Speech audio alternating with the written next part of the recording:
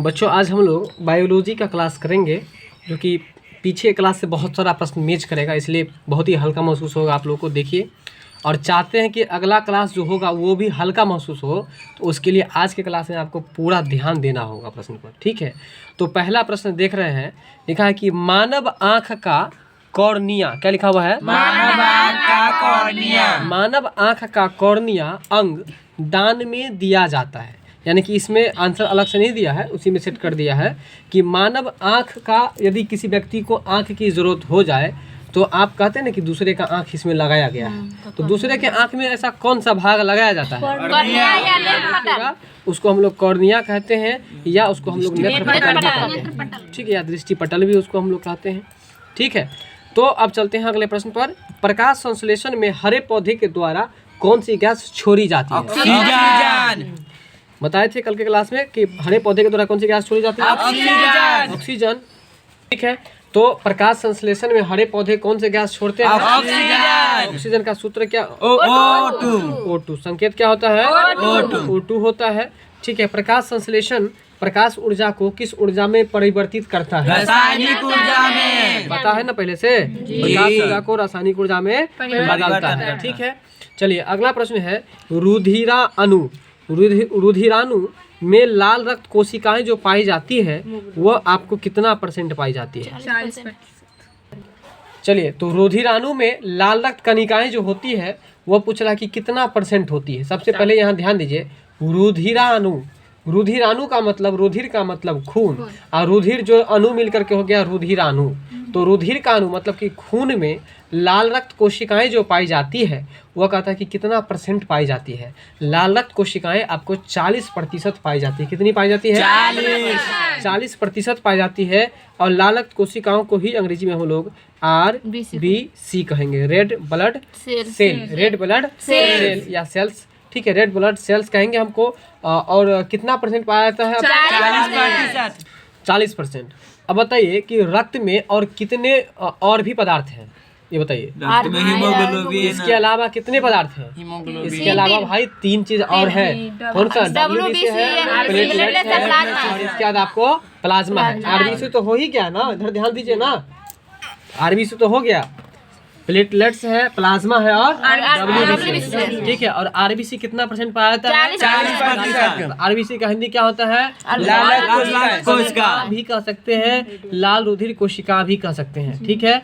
चलिए, DNA बताए थे कल हम प्रश्न कि DNA का संश्लेषण किसने किया था? DNA का खोज किसने किया था? DNA का खोज किया था आपको हरगोविंद खुराना ने किया था। यहाँ प्रश्न है कि DNA संश्लेषण का प्रतिपादन किसने किया था? DNA संश्लेषण का प्रतिपादन किसने किया था? आर्थर कॉनबर्ग ने किया था। किसने किया था? कॉनबर्ग ने किया था, ठीक है। अब इस प्रश्न को जरा आप लोग को याद रखना जरूरी है कि DNA संश्लेषण का प्रतिपादन, देखिए प्रतिपादन मतलब होता है किसी सिद्धांत को निर्माण करना, कोई सिद्धांत बताना, कोई सिद्धांत देना, ठीक है। किसी चीज़ के बारे में खोज करने के बाद जो हम लोग कोई परिभाषा देते हैं ना, सिद्धांत देते हैं ना कि इसमें ऐसे करेंगे तो ऐसे होगा, इसमें ऐसे करेंगे तो ऐसे होगा। DNA का खोज किया, तो DNA के खोज से ही अभी बिपिन रावत जो घटना हुआ था, प्लेन वाला घटना जो हुआ था पिछले साल, आग लग गया था, जो प्लेन में जो आग लग गया था, तो बिपिन रावत जो मरा था, तो उसका लाश तो पूरा पता ही नहीं चल रहा था। तब उसका लाश का कैसे पता चला? उसके DNA से पता चला। तो वही है कि DNA को संश्लेषण करना, संश्लेषण मतलब होता है तोड़ना, संश्लेषण मतलब क्या होता है? तो DNA के संश्लेषण से, यानी कि DNA को तोड़ने की विधि उधि के बारे में जो प्रतिपादन किया है वो डॉक्टर आर्थर एस ने किया है। किसने किया है? आर्थर एस ने किया है, ठीक है। तो इसका नाम है पूरा डॉक्टर आर्थर कॉनबर्ग नाम है। क्या नाम है? कॉनबर्ग नाम है, ठीक है। समान व्यक्ति के जो तापमान होते हैं, समान व्यक्ति का जो तापमान होता है वो कितना तापमान होता है? हम बताए थे आपको पीछे क्लास में भी। समान व्यक्ति का तापमान 98.6 फ़ारेनहाइट होता है। कितना होता है? 98.6 फ़ारेनहाइट। यहाँ पर लिखा है समान व्यक्ति का तापमान F में क्या होता है? तो F मतलब फ़ारेनहाइट, तो फ़ारेनहाइट में क्या होता है? 98.6 फ़ारेनहाइट होता है। जबकि यहाँ दिया 98.4 दिया है, तो मैक्सिमम जगह मतलब कि अधिकतम जगह आपको 98.6 ही मिलेगा। अगर 4 भी मिले तो उसको आप मार दीजिएगा, लेकिन ऑप्शन में यदि 6 रहे तो आप लोग 6 वाला मारिएगा। बात समझ में आ रहा है? अब आगे चलिए, वहीं अगर सेल्सियस की बात करें तो सेल्सियस में कितना डिग्री सेल्सियस होता है? 37 डिग्री सेल्सियस होता है। वहीं अगर केल्विन में बात करें तो कितना होता है? 310 केल्विन होता है। ठीक है, तो याद रखिएगा ये दोनों टेम्परेचर को, तीनों टेम्परेचर को। अब बताइए, मानव में अगर कोई चीज याद नहीं रह पाता है तो यह किसकी गड़बड़ी है? तो सेरिब्रम की। सेरिब्रम का मतलब हिंदी होता है आपको अग्र मस्तिष्क होता है। क्या होता है? मानव मस्तिष्क में यादाश्त के लिए, मानव मस्तिष्क में यादाश्त के लिए आपको कौन सा भाग जाना जाता है? तो सेरेब्रम। क्या है? सेरेब्रम। अगर मान के चलिए कि किसी बच्चा को याद नहीं रहता है तो हम लोग उसको बोलेंगे कि सड़ा हुआ चीज खाते हो। क्या बोलेंगे उसको? सड़ा हुआ चीज खाते हो। क्योंकि हम लोग देखेंगे कि उसको याद ही नहीं रहता है तो उसको क्या बोलेंगे हम? सड़ा हुआ चीज खाते हो। यानी कि सड़ा हुआ पर हम लोग याद करेंगे सेरेब्रम। सेरिब्रम बोल सकते हैं, सेरेब्रम भी बोल सकते हैं। ठीक है, या उसको हम लोग प्रमस्तिष्क, अग्र मस्तिष्क, ये सब भी बोल सकते हैं उसको हम लोग। तो याद रखिएगा कि यादाश्त के लिए कौन सा मस्तिष्क का कौन सा भाग? सेरिब्रम। अगला प्रश्न है, बांस क्या है? बांस एक प्रकार का घास है। ठीक है ना, लिखा है घास कुल का। कुल का मतलब होता है खानदान, प्रजाति। कुल मतलब क्या होता है? प्रजाति। तो यह किसका खानदान है? घास का खानदान। पेड़ पौधा का खानदान नहीं। बात समझ में आ रहा है? अब बताइए, कुत्ता किसका खानदान है? जानवर का। समझ में आ रहा है? चलिए, उसी तरह से आंख के अंदरूनी पीछे का पृष्ठ क्या कहलाता है? आंख के अंदरूनी पीछे का पृष्ठ क्या कहलाता है? दृष्टिपटल, या उसको हम लोग जो है सो आपको रेटिना भी उसको हम लोग कहते हैं। ठीक है ना, आंख के अंदरूनी वाले भाग को हम लोग क्या कहते हैं? देखिए, रेटिना, आंख के अंदर वाला जो भाग होगा उसको हम लोग दृष्टिपटल कहेंगे। क्या कहेंगे? दृष्टिपटल कहेंगे। और साथ में उसको हम लोग रेटिना भी कहते हैं। और ये भी याद रखिएगा, किसी वस्तु का प्रतिबिंब जो बनता है वो रेटिना पर ही बनता है, रेटिना पर ही बनता है। ये भी याद रखिएगा आप लोग। ठीक है ना। अगला प्रश्न है कि किसके जल अपघटन से अमीनो अम्ल का निर्माण होता है? किसके जल अपघटन से अमीनो अम्ल का निर्माण होता है? तो याद रखिए, अमीनो अम्ल याद रखिए, ज़्यादा कुछ भी याद रखने की जरूरत नहीं है। अगर क्वेश्चन पूछ दे कि प्रोटीन जो बनता है, प्रोटीन किसके संश्लेषण से बनता है? अम्ल। याद रखिएगा आप लोग। देखिए, हम बताते हैं, याद रह जाएगा आप लोगों को। प्रोटीन कहाँ मिलता है? साधारण रूप से दाल, और दाल में ही ना हम लोग अम्ल को मिला करके खाते हैं। नींबू। अम्ल मतलब खट्टा। खट्टा क्या मिलाते हैं? नींबू। तो इसलिए याद कर लीजिए कि अमीनो अम्ल जो होगा ना, अमीनो अम्ल, उसको मिला करके तब बनता है प्रोटीन। बात समझ में आ रहा है? तो इसलिए याद रखिएगा कि किसके जल अपघटन से अमीनो अम्ल प्राप्त होता है? प्रोटीन के अपघटन से आपको अमीनो अम्ल प्राप्त होता है। इस प्रश्न में आपको ज्यादा कुछ भी नहीं याद रखना है, एक ही चीज याद रखिएगा, अगर प्रश्न में आ जाए प्रोटीन तो आप अमीनो अम्ल मारिएगा, अगर प्रश्न में आ जाए अमीनो अम्ल तो प्रोटीन मारिएगा। बात समझ में आ रहा है कि नहीं? चलिए, आपका अगला प्रश्न है, सबसे जटिल कार्बनिक पदार्थ कौन सा है? ठीक है, सबसे जटिल कार्बनिक पदार्थ कौन सा है? तो सबसे जटिल जो है वो आपको प्रोटीन है। सबसे जटिल कार्बनिक पदार्थ कौन सा है? प्रोटीन। सबसे जटिल कार्बनिक पदार्थ कौन सा है? प्रोटीन। तो जटिल है आपको प्रोटीन। देखिए, हम बताते हैं, सबसे जटिल कहता है, जटिल का मतलब होता है, जैसे कि मान के चलिए सरल होता है ना, सरल का मतलब क्या होता है? आसान। और जटिल का मतलब क्या होता है? कठिन। ठीक है ना, मतलब जिसको आप आसानी से अलग नहीं कर सकते हैं, जो काम आसानी से आप नहीं कर सकते हैं वो कठिन ही ना होगा। तो वही कह रहा है कि सबसे जटिल कार्बनिक पदार्थ जो है वह आपको कौन सा है? प्रोटीन। देखिए, इसको जरा पढ़िए, जटिल प्रोटीन। बात समझ में आती है? इसलिए सबसे जटिल कार्बनिक पदार्थ जैसे कहेगा प्रोटीन रखिएगा। प्रोटीन सबसे ज्यादा किस पदार्थ में मिलता है?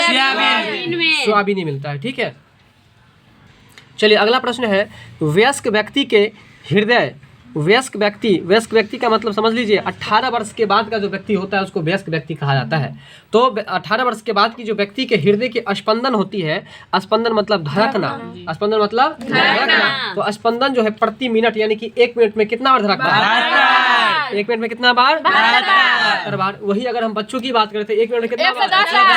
बिल्कुल सही। 1 मिनट में बच्चों का जो जन्म के समय में जो बच्चा का हृदय धड़कता है वो कितना बार? 110 बार। चलिए, अब बताइए, दूध में कौन सा चीज नहीं पाया जाता? Vitamin C. और आयरन याद रहे चाहे नहीं याद रहे, लेकिन विटामिन सी जरूर याद रहेगा। ऐसा क्यों?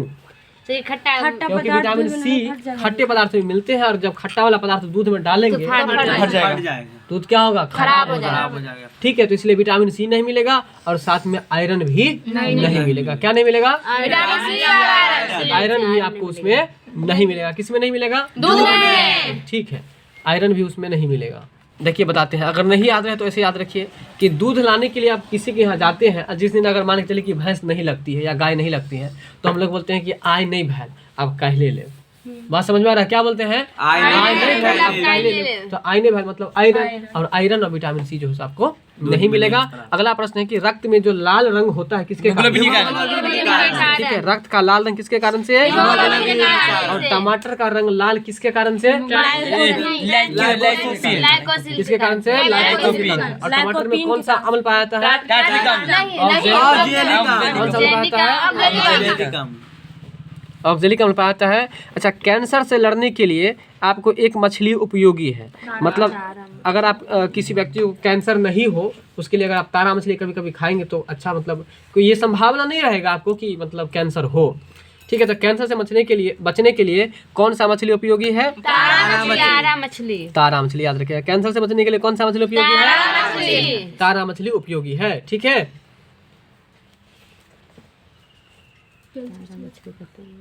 मान के चलिए कि किसी व्यक्ति को अगर कैंसर हो गया तो राते राती लेकर के जाएगा कि जल्दी से हमको ठीक हो जाए, तो राते राती जाएगा। कैसे जाएगा, तो राते राती। देखिए, तो अगर तारा को उल्टा दिए तो राता राती हो जाएगा ना, तारा को उल्टा करके पढ़िए ना, राता, इसलिए राते राती लेकर चल जाएगा। कब, जब कैंसर हो जाएगा तब। इसलिए याद रखिए कैंसर में उपयोगी है कौन सा मछली, तारा मछली का अंग्रेजी क्या होगा, स्टारफिश, उस दिन बताए थे। चलिए अगला है कि ओलिव। ओलिव मतलब समझते हैं क्या होता है, चलिए ओलिव का मतलब जो है ना आपको बता देते हैं हम। ठीक है, ओलिव मतलब होता है आपको, ठीक है, तो जैतून होता है, इसको याद रखिएगा आप लोग। ओलिव का मतलब क्या होता है, जैतून होता है। ओलिव रिडले कछुआ का नीरन स्थल है, तो क्या है, तो कोवलम है। क्या है, कोवलम। ठीक है, ओलिव रिडले कछुआ का नीरन स्थल कौन सा है, तो कोवलम है। ठीक है, ये प्रश्न कुछ नया है तो आप इससे हट जाइएगा, सो नहीं। देखिए, जो जितना कठिन हो आप उसके उतना नज़दीक जाने की कोशिश कीजिए। आप दूर हटिएगा तो उससे दूर हटते ही रह जाइएगा, और परीक्षा में खास करके जो चीज़ आप छोड़ देते हैं वही प्रश्न में आता है, इसीलिए हटिए नहीं, क्या पता कहीं आ जाए। ओलिव रिडले कछुआ का नीरन स्थल कहाँ है, तो कोवलम है। अगला है चूजा, मतलब मुर्गा का बच्चा। मुर्गा का बच्चा कि मुर्गी का बच्चा, मुर्गी का बच्चा। चलिए, चूजा, तोता, गिद्ध, बत्तख में पर्यावरण प्रदूषण के कारण विलोप हो रहा है। ठीक है, क्या विलोप हो रहा है, तो गिद्ध, ये सोचने की बात है। ठीक है, आगे है कि गाय के दूध में प्रचुर मात्रा में क्या पाया जाता है, विटामिन डी। देखिए, गाय के दूध में आपको क्या पाया जाता है, तो विटामिन डी पाया जाता है। क्या पाया जाता है, विटामिन डी। देखिए, गाय का दूध जो है ना, एक बात याद रखिएगा कि गाय का दूध खाने के लिए आपको कौन कहेगा, आपको डी फॉर डॉक्टर कहेगा। कौन कहेगा, डॉक्टर। याद कर लीजिए कि गाय के दूध में सबसे प्रचुर मात्रा में क्या हुआ, प्रचुर मतलब कि अधिक मात्रा में गाय के दूध में क्या मिलता है, विटामिन डी। इसलिए याद रख लीजिए D for doctor, vitamin D हो गया। ठीक है, याद रहेगा ना। अब हड्डी और दांतों के लिए मुख्य घटक क्या है, हड्डी में कोई प्रॉब्लम हो या दांत में हो तो आपको कैल्शियम का दवाई लिखबे करता है। और कैल्शियम के साथ साथ में एक चीज़ और याद रखिएगा, कैल्शियम और एक फास्फोरस भी होता है, दोनों होता है, याद रखिएगा, कैल्शियम और फास्फोरस दोनों। ठीक है, ठीक है, तो फास्फोरस कहाँ से मिलता है बताइए आप लोग, कच्ची हरी सब्जी आप जो खाते हैं तो चींटी खाते हैं, तो फिर हरी सब्जी खाने से, प्याज, लहसुन। तो याद रखिएगा कि फास्फोरस कहाँ मिलता है, प्याज में आपको और लहसुन में फास्फोरस मिलता है। ठीक है, और फास्फोरस वाला सामान खाने से जो है ना शरीर में गर्मी ज़्यादा बढ़ता है, इसीलिए साधु संत नहीं खाते हैं कि ताकि शरीर में गर्मी ज़्यादा नहीं बढ़े, इसलिए ब्रह्मचर्य का पालन नहीं हो पाएगा तब। ठीक है ना, तो याद रखिएगा। तो हड्डी और दांतों का मुख्य घटक क्या है, जल्दी बताइए। तो बताएंगे आप लोग कि हड्डी में और दांत के लिए जरूरी तत्व कौन सा है, कैल्शियम और फास्फोरस का जो संकेत होता है पी होता है, याद रखिएगा। मनुष्य के मेरुदंड समझते हैं आप लोग, मेरुदंड समझते हैं, ये है मेरुदंड। देखिए, ये जो है ये हड्डी बीच में, ये है मेरुदंड। बात समझ में आ रहा है, ये क्या है, मेरुदंड। बात समझ में आ रहा है। तो मनुष्य के जो मेरुदंड है वो संरक्षित रहते हैं किससे, तो कशेरुक दंड से। किससे, मनुष्य का मेरुदंड किससे संरक्षित रहता है, कशेरुक दंड से संरक्षित रहता है। अगला प्रश्न है कि बरसात के मौसम में यदि चमड़े के जूते कुछ समय तक नहीं पहना जाए तो उस पर हरे रंग का लोएदार पदार्थ उग आता है। ये पदार्थ क्या कहलाता है? बताइए, इसे बैक क्लास में पढ़ाए थे कि हरे रंग का बन जाता है और उसका अंग्रेजी ये बताए थे फंगी होता है। बताए थे कि नहीं बताए थे? यानी कि हरा रंग का जब भी तांबा सब जम जाता है तो समझ लीजिए वो क्या चीज है? कवक है। ठीक है, तो यहाँ पर कितना लंबा किया है कि यदि चमड़े का जूता है और बरसात के समय आप उसको कुछ दिन नहीं पहनिए, उसमें हरा हरा कलर का जो उस पर जम जाता है वो क्या रहता है? कवक रहता है। क्या रहता है? कवक का अंग्रेजी फंगी। क्या होता है? FUNGI, fungi. ठीक है, याद रखिएगा। इसके बाद आपका अगला प्रश्न है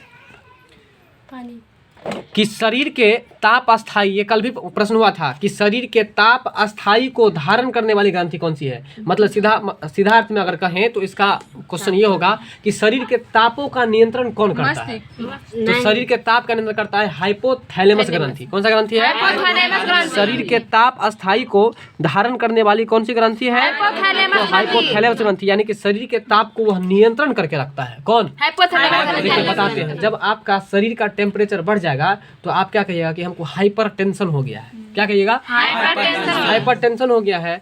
तो हाइपर टेंशन हो गया है मतलब कि इसका मतलब आपको ताप ज्यादा बढ़ गया है, तो इसलिए उसको कंट्रोल, ताप को कंट्रोल कौन करेगा? तो हाइपोथैलेमस ग्रंथि। कौन करेगा? हाइपोथैलेमस ग्रंथि करेगा। ठीक है, चलिए अब अगले प्रश्न में चलते हैं। पौधे में कार्बनिक पदार्थों का नीचे की ओर जो स्थानांतरण होता है, देखिए पौधा में कार्बनिक पदार्थों का जो नीचे की ओर स्थानांतरण होता है वो किसके माध्यम से? फ्लोएम के माध्यम से। सीधा अर्थ में अगर ये समझिए कि देखिए, सीधा अर्थ में अगर समझिए कि पौधा अपना भोजन जो बनाता है तो उसमें CO2 की जरूरत होती है और CO2 को हम लोग क्या बोलते हैं? Carbon dioxide gas. तो कार्बन डाइऑक्साइड के माध्यम से वो भोजन बनाता है ना। तो समझिए कि जब भी कार्बनिक पदार्थों का जो कहेगा स्थानांतरण एक जगह से दूसरी जगह जाना, तो कार्बनिक पदार्थ मतलब भोजन हो गया। अब भोजन का जो स्थानांतरण होगा क्या चीज से? फ्लोएम से होगा, क्योंकि इससे बैक क्लास में बताए थे कि जल का स्थानांतरण कहेगा तब, भोजन का कहेगा तब। भोजन को यहाँ भोजन नहीं लेकर के यहाँ पे लिखा है कार्बनिक पदार्थ को नीचे की ओर आना क्या कहलाता है? तो वह मतलब फ्लोएम के माध्यम से नीचे की ओर जाता है। किसके माध्यम से आता है? चलिए, जल कहाँ से कहाँ तक पहुँचाता है? जल जड़ से पत्ती तक, जो जाइलम का काम है। अब पत्ती से लेकर के किसका काम है? फ्लोएम का काम है। समझ में आ गया? चलिए अगला प्रश्न है, हाँ भोजन के रूप में वो हुआ। यदि कोई व्यक्ति दोषपूर्ण दिक पर्दी, देखिए दिक पर्दी का मतलब क्या होता है? दिक मतलब होता है दिशा। कल दिशा वाला रीजनिंग पढ़ा रहे थे, तो दिक पर्दी मतलब होता है आपको दिशा। दिक पर्दी मतलब दिशा। दिक पर्दी बाल्ब से पीड़ित है, उसके शरीर में कौन सा अंग रोगग्रस्त है? ठीक है, दिक पर्दी वाल्व होता है, आप लोग पढ़े होंगे हृदय का चित्र बनाए होंगे, उसमें आया होगा वाल्व, नीले औलिंद, बायां नीले दायां नीले, बायां औलिंद दायां औलिंद, सब आया था। ठीक है, तो वही बात करता है कि यदि कोई व्यक्ति है जो दिक पर्दी वाले वाल्व से पीड़ित हैं तो उसके शरीर में कौन सा अंग रोगग्रसित है? तो इसका मतलब फुफ्फुस। क्या है? फुफ्फुस। याद रखिए, यदि को काट दीजिए, कोई व्यक्ति दिक पर्दी वाल्व से पीड़ित है तो उसके शरीर का कौन सा अंग रोगग्रस्त होगा? तो फुफ्फुस होगा। बताइए तो फुफ्फुस क्या है? फुफ्फुस एक पंप है। धमनी है, फुफ्फुस धमनी पूरा नाम है। चलिए, मलेरिया रोग जो प्रभावित होता है, मलेरिया रोग यदि किसी व्यक्ति को हो जाए तो मलेरिया रोग में जो है ना आपको क्या होता है कि उसको जो है ना फेफड़ा प्रभावित होता है। याद रखिएगा, मलेरिया रोग जो प्रभावित होता है, मलेरिया रोग से जो अंग प्रभावित होता है उसका नाम है आपको फेफड़ा। तो देखिए यहाँ पर साधारण अर्थ में समझिए कि गांव घर में जो जलकुंभी होता है पानी में, तो उसको लोग क्या करता है? निकाल करके फेंक देता है। तो फौ से फेंक देता है, फौ से फुफ्फुस हो गया, फेफड़ा हो गया। फौ से क्या हुआ? फेफड़ा। फेंक देगा ना, फुफ्फुस तो फू से होता है, अब फेंक देगा मतलब फेफड़ा। बात समझ में आ रहा है? तो बताइए कि मलेरिया रोग से कौन सा अंग प्रभावित होता है? फेफड़ा। और टीबी में फेफड़ा, टीबी में भी फेफड़ा। ठीक है, आगे चलिए। अब मनुष्य के मस्तिष्क का सबसे बड़ा भाग बताइए। सबसे बड़ा जो भाग है उसका नाम है प्रमस्तिष्क। क्या नाम है? मनुष्य के मस्तिष्क का सबसे बड़ा भाग कौन सा है? मनुष्य के मस्तिष्क का सबसे बड़ा भाग कौन सा है? प्रमस्तिष्क है। अगला प्रश्न है अब आपका, संक्रमणीय बीमारी। संक्रमणीय मतलब जस्ट बताए थे, पटने वाला बीमारी, यानी एक दूसरे से एक दूसरे के संपर्क में आने के बाद पटने वाला बीमारी को हम लोग संक्रमणीय बीमारी कहेंगे। जैसे कि कोलेरा, कोलेरा मतलब होता है हैजा। बिल्कुल सही बात है। चलिए, मलेरिया रोग में कौन सा अंग प्रभावित होता है? फेफड़ा। ठीक है, मनुष्य के मस्तिष्क का सबसे बड़ा भाग होता है। चलिए, संक्रमणीय बीमारी जैसे कि कॉलेरा, कॉलेरा मतलब होता है हैजा, क्या चीज से होता है? जीवाणु से। ठीक है, ठीक है। तो कॉलेरा को फैलने से रोकने के लिए यह जरूरी है कि लोगों को क्या करें? शिक्षित करें और उबला हुआ पानी पिए। बात समझे? अगर लोगों को शिक्षित करेंगे कि आप ये पैखाना से आने के बाद आप साबुन से हाथ धोइए, ये शिक्षित करेंगे, शिक्षा देंगे, कितना आदमी मान के चलिए हाथों नहीं धोता है। चलिए, अब आपका प्रश्न है कि घेघा रोग जो होता है किसकी कमी से? ये तो पुराना प्रश्न है कि आयोडीन की कमी से होता है। प्रकाश संश्लेषण में प्रकाश जो है किस ऊर्जा से किस ऊर्जा में? प्रकाश ऊर्जा से रासायनिक ऊर्जा में बदलता है ना भाई, गलत नहीं कर दीजिएगा परीक्षा में। रक्तचाप मतलब होता है बीपी, अब बीपी का फुल फॉर्म? चलिए, तो देखिए बीपी है ना, तो बी से होता है ब्लड और पी से होता है प्रेशर। क्या होता है? प्रेशर। कैसे बोल रहे हैं आप?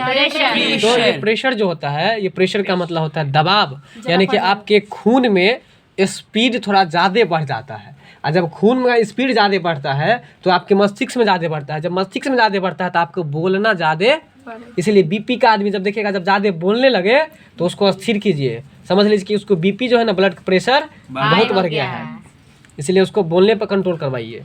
तो देखिए, याद रखिए कि रक्तचाप का उच्चतम बिंदु जो है, रक्तचाप का यानी कि ब्लड प्रेशर का उच्चतम बिंदु क्या कहलाता है? ठीक है, तो रक्तचाप का जब उच्चतम बिंदु यानी कि हाई ब्लड प्रेशर जब हो जाता है, उसको हम लोग क्या कहते हैं? तब प्रकुंचन दाब। क्या कहते हैं?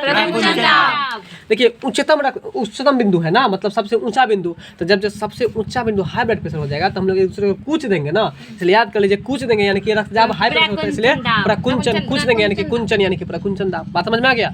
अगला प्रश्न है कि कुष्ठ रोग। ये नहीं बोल रहे थे?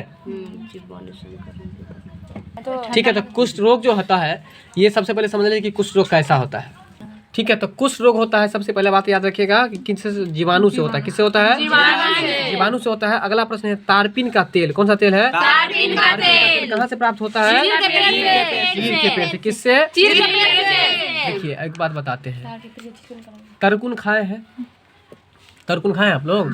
तो आप तरकुन कैसे निकालते हैं? तौर चीर निकालते हैं ना, इसलिए तारपीन का तेल जो है आपको चीड़ के पेड़ से निकालेंगे। अच्छा, अब बताइए कि सिनकोना के वृक्ष से क्या निकालता है? सिनकोना के वृक्ष से मलेरिया क्या चीज का दवा निकालते? बताइएगा आप लोग कि सिनकोना का वृक्ष जो है वह किस बीमारी के किस बीमारी में औषध बन करके वो मदद करता है? बताइएगा आप लोग। ठीक है, चलिए, व्यापक रूप से उपयोग की जाने वाली एंटीबायोटिक पेनिसिलिन। देखिए, इस सब को कट कर दीजिए, इतना याद रखिएगा कि एंटीबायोटिक पेनिसिलिन जो है, एंटीबायोटिक है। पेनिसिलिन क्या है? एंटीबायोटिक है, और प्रथम एंटीबायोटिक यही था, पेनिसिलिन। तो पेनिसिलिन औषधि का जो उत्पादन होता है कहाँ से? तो कवक से। पेनिसिलिन एंटीबायोटिक का जो उत्पादन होता है कहाँ से होता है?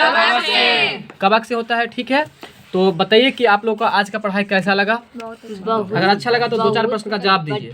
पहले आप लोग ये बताइए हमको कि मानव मस्तिष्क में याददाश्त रखने के लिए क्वेश्चन भी नहीं बोल रहे थे। अब ये बताइए कि मनुष्य का सामान्य तापमान फ़ारेनहाइट में कितना होता है? अच्छा, ये बताइए सेल्सियस में कितना होता है? अच्छा, अब ये बताइए केल्विन में कितना होता है? अब ये बताइए कि दूध में कौन सा विटामिन नहीं पाया जाता है? क्या नहीं पाया?